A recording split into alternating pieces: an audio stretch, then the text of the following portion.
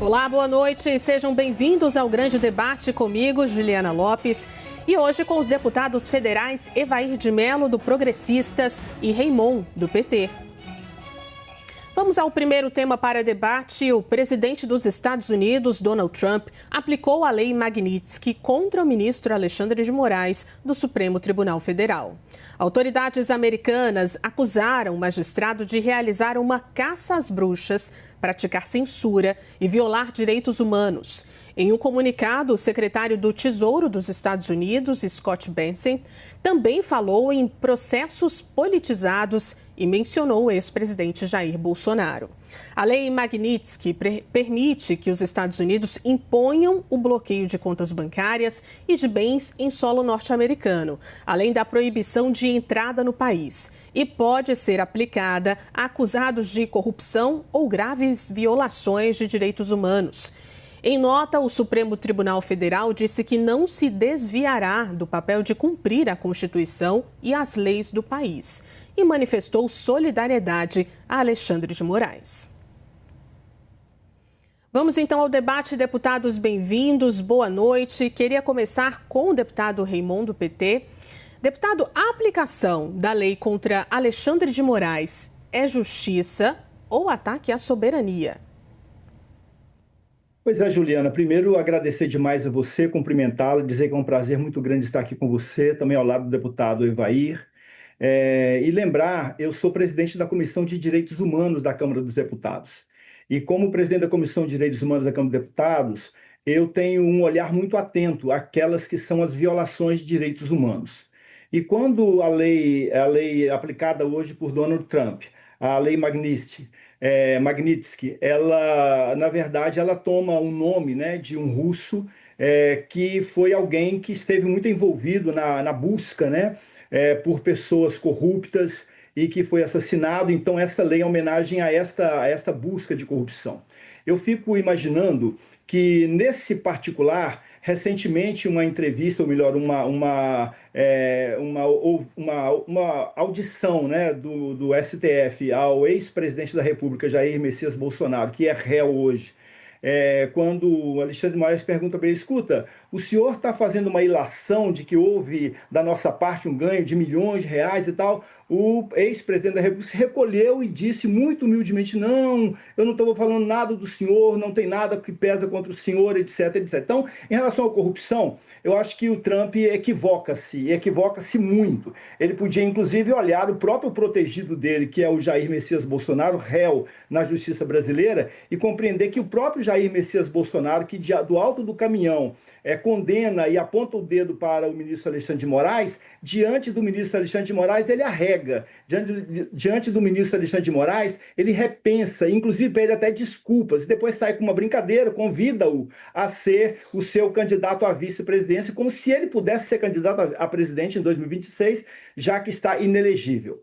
E em relação a direitos humanos, eu não compreendo que haja, da parte do ministro Alexandre de Moraes, violação de direitos humanos nesse processo junto ao STF.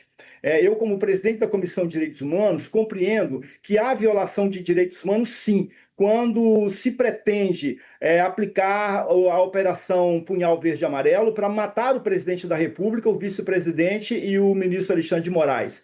Há violação de direitos humanos quando a turma do Jair Bolsonaro ela tenta explodir no aeroporto de Brasília um caminhão com muito explosivo, e seria um dano incalculável. Há violação de direitos humanos quando uma policial do Distrito Federal é atacada com uma barra de ferro na cabeça no dia 8 de janeiro por manifestantes insuflados pela turma ou pela turba de Jair Bolsonaro e seus asseclas. Então, eu acho que o presidente Donald Trump, ele exorbita, ele ultrapassa os limites sensatos de alguém que quer impor uma sanção a um magistrado brasileiro.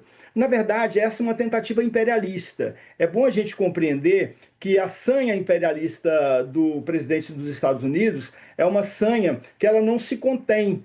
É bom a gente lembrar que o presidente dos Estados Unidos hoje é presidente sendo um réu condenado nos Estados Unidos.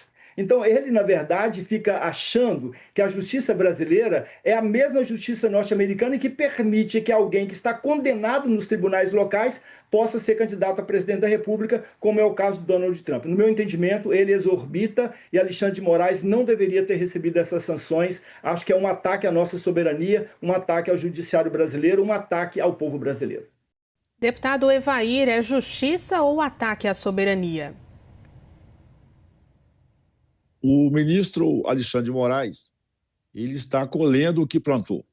Ele plantou vento e está colhendo tempestade. O comportamento, até moral e ético do ministro Alexandre de Moraes, tem se mostrado realmente um tormento para a democracia e para a paz do nosso país. Lembre-se que durante o processo eleitoral, por mais de 130 vezes, o ministro Alexandre de Moraes interferiu no processo eleitoral em benefício do seu protegido, o então candidato Lula. O ministro Alexandre de Moraes, ele já foi questionado, inclusive, por seus colegas de Supremo. Não é por deputados ou pessoas comuns. Né? O ministro Fux já está tendo uma coragem, aí sim, de um estadista, que é o único juiz de carreira daquela corte, né? Já fez realmente manifestações contrárias e todas fundamentadas no regimento, na Constituição, das arbitrariedades que o ministro Alexandre de Moraes está cometendo. O ex-presidente do STF, Marco Aurélio Mello, já disse com muita clareza que o Alexandre já passou dos limites há muito tempo.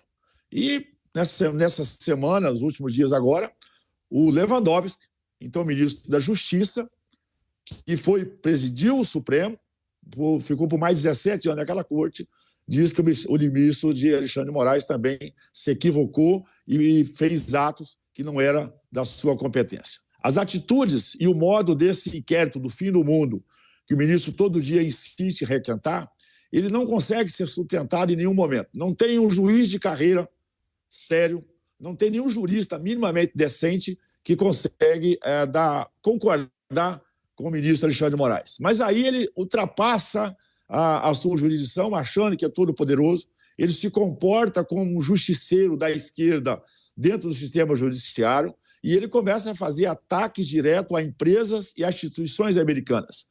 Na verdade, ele não acreditava que o governo americano teria coragem de aplicar essa lei. Ele consegue, com isso, colocar o Brasil nos piores momentos de imagem internacional da sua história. Ele que quer se comportar como moralista, como defensor da democracia, na verdade se comporta como um tirano e agora com irresponsabilidade, porque ter um brasileiro nessa lista, que estão terroristas, que estão sequestradores, que estão saqueadores, que estão operadores de moeda negra, o Alexandre de Moraes consegue colocar uma mancha negra na nossa bandeira quando o nome dele vai para essa lista do governo americano. Com certeza, como eu disse, ele está colhendo o que plantou. E para poder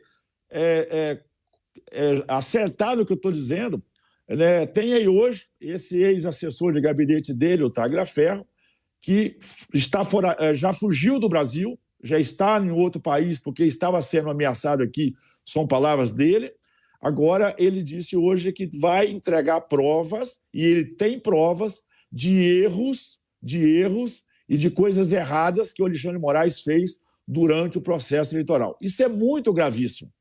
Eu não tenho esse aparato na legislação, mas até diante desses fatos, né, se o ministro Alexandre de Moraes fosse decente, ele pediria para se afastar do cargo, para se defender dos crimes que ele está sendo acusado e deixaria o Brasil seguir sua vida. Então, ele está colhendo o que plantou e, na verdade, merece tudo isso porque ele consegue manchar a história do Brasil e ele é o principal ator hoje desse desequilíbrio da nossa democracia.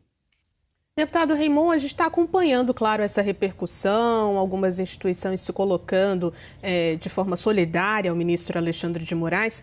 Como o Brasil deve reagir diante dessa sanção imposta pelos Estados Unidos ao ministro do STF? Acho que o Brasil tem que reagir sempre com altivez, né? Nós sabemos que, eu nem sei mesmo, sabe, Juliana, qual é o sentido dessa sanção, porque sanção que vai trancar as contas do ministro Alexandre de Moraes, que por um acaso ele tenha nos Estados Unidos, pode ser que ele nem tenha, pode ser que seja algo assim, apenas uma fumaçazinha, né? Nem esquenta, nem tem uma brasazinha para esquentar essa história. Mas, independente disso, o Brasil tem que reagir com altivez. E a reação do Brasil não é uma reação exclusivamente do governo brasileiro. A reação do Brasil é a reação do povo brasileiro. E o povo brasileiro tem reagido, porque, na verdade, quando nós compreendemos que a ação do ministro Alexandre de Moraes, a ação do Supremo Tribunal Federal de fazer justiça, e nós não estamos falando de justiçamento, nós não estamos falando de vingança, nós estamos falando do devido processo legal. O ex-presidente da República, hoje réu, Jair Messias Bolsonaro, que tem assim uma gama de crimes pesando sobre seus ombros, ele está tendo todos os direitos preservados. Diferente, inclusive, para a gente lembrar muito recentemente, da ação penal contra o presidente Lula, em que um juiz de primeira instância, Sérgio Moro, na verdade, sem competência para o caso, não só denunciou, levou Lula à prisão de 580 dias, e o presidente Lula, com altivez, disse assim: eu não quero trocar a minha liberdade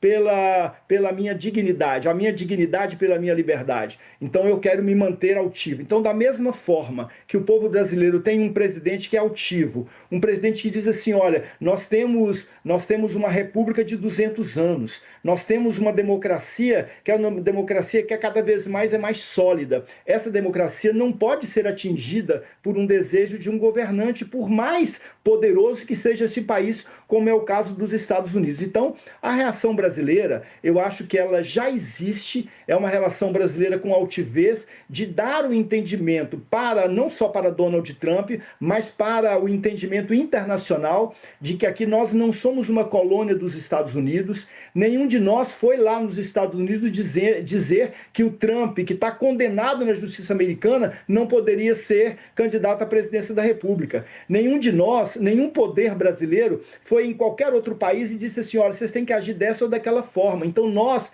não podemos aceitar que as contas do Alexandre de Moraes sejam fechadas, sejam travadas nos Estados Unidos. Aí é problema do sistema financeiro, bancário, judicial e político dos Estados Unidos. Não é problema nosso. Ele que faça o que quiser. Que ele tranque os passaportes, retire os vistos, ele que faça o que ele quiser. Mas interferir dentro do nosso país, ele não pode fazer isso, porque nós não podemos dar a compreender ao mundo inteiro, e de modo particular aos nossos brasileirinhos, aos meninos e meninas que começam a sua formação, de que nós nos comportamos como um país subserviente, de que nós nos comportamos como um país colônia, que nós nos comportamos como um país menor. Nós não somos um país menor, nós somos um país que tem muitas potencialidades, que tem muita capacidade e que, portanto, tem uma democracia que precisa a cada dia ser mais fortalecida. Portanto, a resposta do Brasil tem que ser a resposta que o presidente Lula está dando, uma resposta com altivez.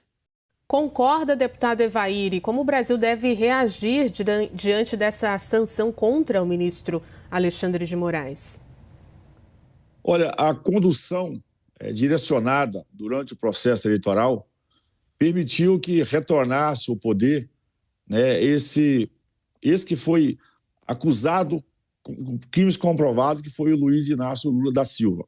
Um senhor que está, na verdade, ele está com 40 anos com sua cabeça no passado, opera no mundo analógico, quando o mundo já está digital há muito tempo. O Lula que chega ao poder, não chega, né? O Lula foi levado ao poder com as bênçãos do judiciário. O próprio ministro Barroso já admitiu, se não fosse a interferência do judiciário, o Lula não seria presidente. Aí senta naquela cadeira, parece que cheio de mágoa, de rancor. Na verdade, sabe que o Lula nunca teve qualificação e estatura para esse cargo. Ele é amigo pessoal, recebe na sua casa e anda abraçado com Nicolás Maduro, agora reconhecidamente como um narcotraficante global, também com as portas fechadas nos Estados Unidos. O Lula, junto com o Geraldo Alckmin, talvez uma das maiores decepções, frustrações da política brasileira, porque o Geraldo Alckmin, que no início da sua carreira tinha uma guinada para uma outra direção, mas foi abduzido aí pelo encanto do seu Lula, consegue sentar com o Irã, por exemplo. O Lula, e o PT, preciso dizer isso, sempre foram solidários ao Hamas, aos Hezbollahs, às Farc colombianas, aos movimentos revolucionários da América Central. O seu Lula, que tem operações que se posicionou claramente a favor da Rússia na questão da própria Ucrânia e que agora está sendo investigado por compra de petróleo que estava embargado pelos Estados Unidos. Então, tudo isso faz esse ambiente. E agora o Lula vem falar de soberania. Olha, alguém que canta o hino da Internacional Socialista de pé, quase fazendo referência, não tem moral e credibilidade para falar de soberania. O seu Lula foi o único presidente até hoje recebido na casa do Xi Jinping. E o próprio Xi Jinping jogou a bomba no colo do seu Lula, porque ao ser questionado sobre a questão da desdolarização, de acabar com o dólar como moeda, o Xi Jinping disse, olha, isso não é conversa minha, é do Lula. Ele vai no Putin, ele fala a mesma coisa. Vai na Índia e fala a mesma coisa. Aí o Lula, acho que não estava com a cabeça muito boa no Rio de Janeiro, pega o microfone e ele assume para si essa responsabilidade, o que mostra que ele não tem envergadura e nem estatura para o cargo, não sabe o que é moeda internacional, não sabe o que é economia internacional e fica com essa bravata de soberania. Pelo Lula e pelo Flávio Dino, para alguns ministros, nós já seríamos um país comunista há muito tempo. O Lula não pode falar de soberania, até porque ele é de uma turma que saqueou, que assassinou, que roubou, que fez escândalo nesse país. Nós vimos recentemente aí ministro do então presidente Lula no seu mandato passado dizendo eu roubei, o Lula sabia, eu entreguei dinheiro ao Lula. Portanto, o Lula ele não sabe o que é soberania. O Lula nunca leu, nunca estudou, isso é discurso da boca para fora. Ele sempre disse que com um bom discurso, com a boa oratória, com a cervejinha, com a jabuticaba, ele conseguia resolver o problema do mundo. Na verdade, o Lula hoje virou um elefante na sala. Ele cria mais confusão, ele cria atrito e, infelizmente, tem uma equipe subordinada de Mauro Vieira, de ministro Haddad e do próprio Alckmin, que é gente que mais atrapalha porque não tem envergadura, tamanho e conhecimento para poder enfrentar um tema global, ter uma discussão de alto nível. Aquela entrevista que o Haddad deu ontem foi, na verdade, uma vergonha, né? O Haddad parecia um aluno de quinta série sendo interrogado para ver se passava para a sexta série, mas parece que pelo conteúdo que ele entregou, ele foi reprovado, nem para a sexta série deve ter passado. Senhores, agradeço por hora, mas a gente volta daqui a pouquinho com mais uma fase desse debate por aqui. E no próximo bloco te contamos que os Estados Unidos oficializam uma tarifa de 50% sobre produtos brasileiros. No entanto, itens como suco de laranja e petróleo ficaram de fora do tarifaço. O grande debate quer saber, as exceções são uma estratégia ou um recuo de Donald Trump? É daqui a pouquinho.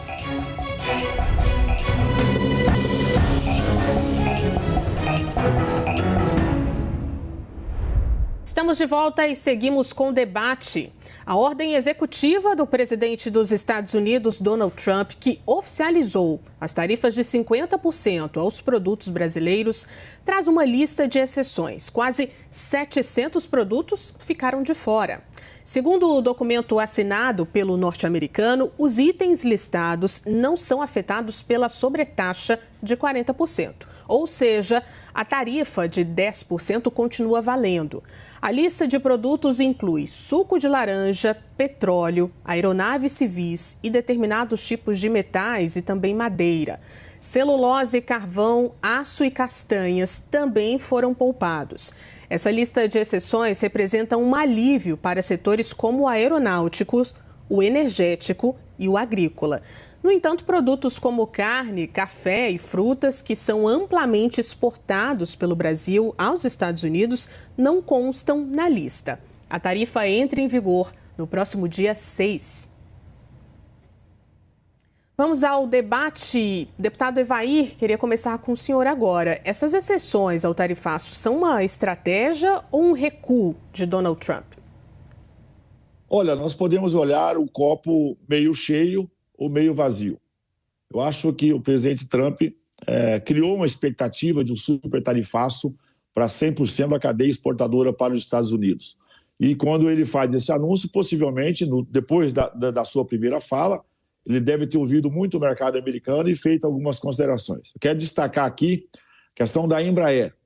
Eu disse essa semana se o Brasil tivesse ao lugar, ao invés de colocar o Geraldo Alckmin, tivesse nomeado o presidente da Embraer para ser o nosso grande interlocutor governo americano, com certeza nós teríamos avançado muito mais. Ele foi o único presidente de uma empresa brasileira que conseguiu se reunir nos últimos dias com 3 ou 4 membros do alto escalão americano.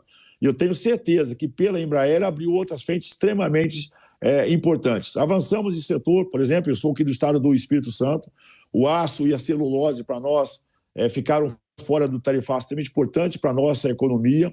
O setor de rochas naturais, né, o mármore e o granito ficou para as tarifas, mas os quartzitos, que representam quase 50% da nossa exportação, também ficou fora. Eu acho que é um avanço importante e estratégico, mas quero destacar novamente aqui o erro do Brasil durante esse processo. O Brasil colocou pessoas erradas para negociar, que não tinha interlocução, nem tamanho, nem envergadura, que não basta ter cargo aqui no Brasil, você ter um cargo de A ou de B. Você tem que ter, além de tudo isso, prestígio internacional. Negociação internacional passa por prestígio. O Itamaraty sai muito pequeno desse processo, nós precisamos de repensar o papel estratégico, até a própria formação dos nossos embaixadores. O presidente Trump faz um gesto importante, e não é só contra o Brasil, na verdade, em outros países. Nós avançamos bem, o setor privado negociou quase que diretamente. Os avanços que nós tivemos não foram em função do governo, foram avanços em função do setor de negociações privadas, e o Brasil faltou envergadura, tamanho e prestígio internacional. E o Trump já tinha dito também que ele não vai se reunir com quem reúne com o Maduro, com quem reúne com o terrorista. E o Lula fez uma aposta, e aí o Lula está meio decepcionado, porque ele apostou, pelo seu marqueteiro, inclusive, um cenário de quanto pior, melhor. E ele achava que o Brasil ficaria de joelho pelas suas bravatas, pela sua história. Eu acho que o melhor que ele faça agora é voltar para o jardim do Palácio do Planalto, lá na Alvorada, lá, e continuar chupando as suas jabuticabas, porque efetivamente ele se mostrou incapaz de liderar ou dos seus liderados de avançar. Mas eu acho que no final o copo nosso ficou mais para meio cheio do que para meio vazio, tendo em vista que basicamente quase 74% do nosso volume de exportação ficou fora do tarifaço. E mais uma vez, parabéns às instituições e às empresas privadas que negociaram diretamente com o mercado americano e assim negaram a presença e tiraram a imagem ofuscada que seria do governo brasileiro. Deputado Raymond, um copo meio cheio ou meio vazio? Essas exceções ao tarifaço são uma estratégia ou um recuo de Donald Trump? Ô, Juliana, eu vou concordar com o deputado Evair do copo meio cheio, meio vazio. Acho que ele está mais cheio para nós do que mais vazio. Mas vou discordar frontalmente do deputado Evair quando ele coloca os atores da negociação. Os atores da negociação são o governo do presidente Lula. E a gente não pode deixar isso passar. Porque é muito comum a extrema-direita, aí o deputado Evair está aqui representando a extrema-direita, é muito comum ver os bolsonaristas, é muito claro ver a oposição reclamar de muita coisa e quando a coisa começa a andar, eles tomam os louros para si. Isso é próprio de quem não tem personalidade política para entender quais os avanços que podem ser feitos. Por exemplo, eles reclamam que a eleição de 2022 foi uma eleição fraudada, mas nunca reclamaram sobre as próprias eleições. Eles acham que num processo de eleição que elegeu 513 deputados, milhares de deputados estaduais, Brasil afora, e reelegeu os 27 senadores em 2022, eles só questionam a eleição do presidente Lula, não questionam inclusive a sua própria eleição. Então eles são uma falácia o tempo todo. O deputado Evair aqui, ela é porta-voz dessa falácia. Depois, ele fala que o presidente Lula se reúne com o Irã, com Maduro. Ele esquece, por exemplo, que Bolsonaro anda batendo palma para o ditador da Arábia Saudita. Ele esquece, por exemplo, que o ex-presidente da República faz continência para a bandeira americana e diz que ama os Estados Unidos e ama o Donald Trump. Ele não traz à tona o que tem feito o Eduardo Bolsonaro, o deputado fujão bolsonarista, filho de Bolsonaro, que lá nos Estados Unidos trama contra o Brasil e que diz assim, olha, não importa, a gente quer ver derrocada, pelo menos eu estarei vingado se de fato o povo brasileiro penar. Então a extrema-direita, que o deputado Evair aqui representa, ela tem essa falácia. Infelizmente, o tempo todo é essa história. Nós não podemos concordar com isso. Então, os atores para que hoje nós tenhamos muitos produtos fora do tarifaço, os atores são os atores do governo do presidente Lula. Porque eu não vou usar a minha palavra, eu vou usar a palavra do amigo do deputado Evair, que é o Eduardo Bolsonaro. Ele diz assim, para mim, quanto pior, melhor, porque eu quero me vingar. O Brasil tem que ir à bancarrota. É palavra do Eduardo Bolsonaro. Não é minha, deputado Evair, é do seu amigo, é do seu correligionário, é do companheiro da sua extrema-direita que diz assim, olha, eu quero que vá tudo muito mal, porque assim eu me vingarei.